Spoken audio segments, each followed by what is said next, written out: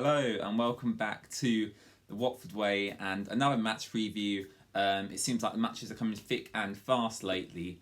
But yeah, we are playing another match on Tuesday night. It's another away match. We obviously just beat Stoke away. We've now got Millwall away, and yeah, what two away games to have in a row? Can you do it on a cold night away at Stoke, and can you do it away at Millwall? And that's going to be the test for this Watford side. We obviously beat Stoke last time out. Quite happy with that. Wasn't a convincing win, was it? But we did get there in the end. Obviously, Troy Deeney scoring the penalty, and Ismail Assar with a lovely, beautiful finish into that bottom left-hand corner, wasn't it? So yeah, really, really pleased with that. And yeah, we're in pretty good form at the moment, I would say. Maybe we need to rotate the squad a little bit more, and I'll touch on that in a second. But going into this Millwall game, obviously, I don't know if you remember, but this game should have already been played. And that's because it actually got postponed due to Millwall having like an outbreak of COVID, I believe, an outbreak of coronavirus. So that's why this game's been delayed, and we've actually got it as like a game in hand in a sense. But we are playing this game now, and it's going to be really, really interesting to see how we get on. Obviously, Millwall, quite a tough side, let's say, to play, especially when fans are there. And I would say that's to our advantage that fans aren't in the ground, because Millwall away, you tend to associate that with a really, really tough away day. I'm not going to get too into why, but you do tend to associate Millwall with being a tough game. So it's going to be really, really interesting to see how our players get on. In terms of how I would approach this game, Ken Sema was rested last time out, so I'd like to see him come back in. And I think we just need to rotate the squad a bit more. Maybe play Jeremy Ngakia over Kiko Femini, give Kiko a rest. Messina's doing well, so I'd probably keep him in. Maybe give Wilmot a game. Obviously, Daniel Bachmann's doing great in goal. So I'd just like to see a bit more rotation, really, from Xisco, just to, give people some minutes. James Garner needs some minutes. Whether this is the game for him, it's probably not. But, what I want to see from Watford personally,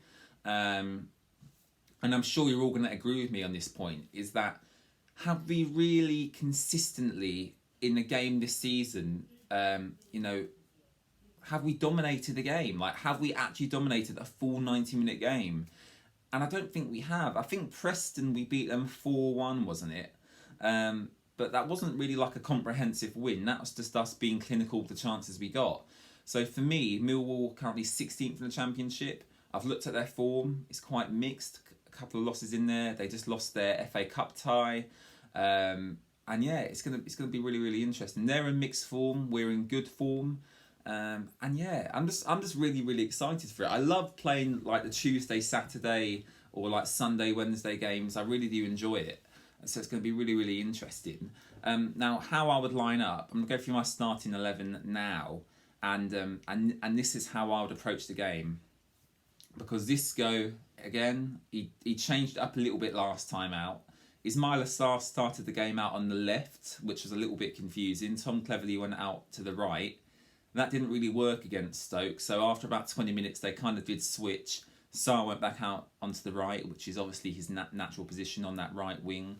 That is his natural position, and I thought he was absolutely fantastic. And I think Ismail Assar does have to start this game for me, but starting with the back four, I'd go with Daniel Bachmann in goal, obviously. Ben Foster's still out injured with his broken finger, so wishing Ben all the best. But Daniel Bachmann, I do not have a problem with him starting in goal at all. I think his distribution is really, really good.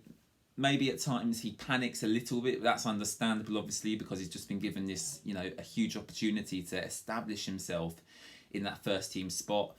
Out on the right, I would rest Kiko Femini and go for Jeremy Ngakia. I think Jeremy Ngakia is probably a more physical player, and I think that probably suits this game a bit more than Kiko, who is quite a technical player, if you know what I mean, likes to take a lot of touches on the ball. Jeremy Ngakia, loves to go into a tackle, so I think Jeremy Ngakia definitely deserves to get a start.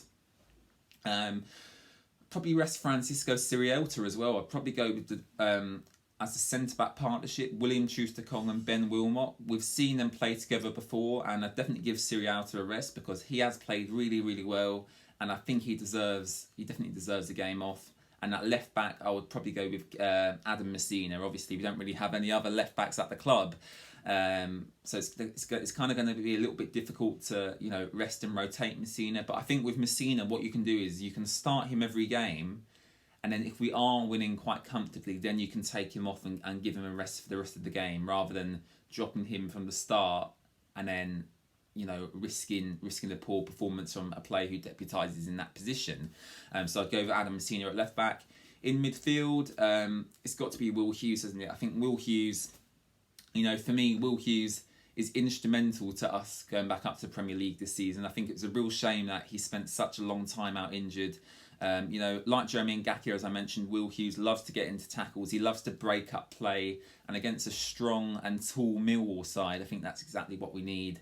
And to go next to Will Hughes, I'd probably go with Nathaniel Chalobah. I thought he was probably one of our standout players against Stoke. Got a really good shot on target, which was unlucky not to go in, to be honest. So we'd definitely start Nathaniel Chalobah next to Will Hughes. I mentioned Ken Sema. He was obviously...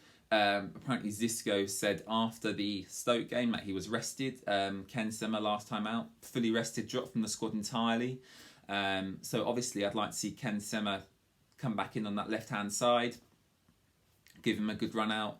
On the right is Myla Sarr, and then up top I'd go with Troy Deeney and João Pedro. So yeah, really exciting. Really exciting game to see how it's going to play out. Obviously, you might be surprised I've not included Philip Zinkernagel in there. I just don't think this is the game for him. I think that Millwall away, coming from the Norwegian League, you know, he's just arrived in the Championship, and I think Millwall away is probably a bit too much of an ask for him to play in that game. But as I said, maybe if we're winning comfortably, 3-0 or even 2-0, maybe you bring him on for 20 minutes. Or if we need to break them down and you need to get that killer pass through the defence, maybe that's Philip Zinkernagel's job to come on the pitch and provide that for us. So yeah, that is the match preview. I hope you all enjoyed the video.